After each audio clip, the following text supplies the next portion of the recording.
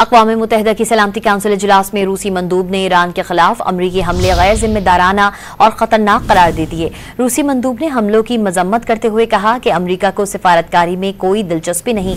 उन्होंने कहा कि अमरीका ने एक नया महाज खोल लिया है, कोई नहीं जानता कि इससे क्या नई तबाही होगी।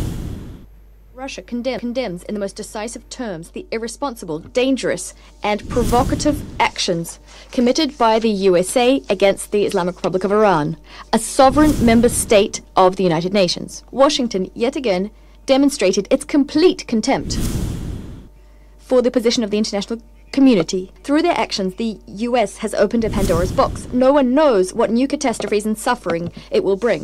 Yet Washington is completely unconcerned. It's unconcerned by either the radiological consequences nor the threat to the lives and health of a huge number of people, civilians including women and children in the region and beyond.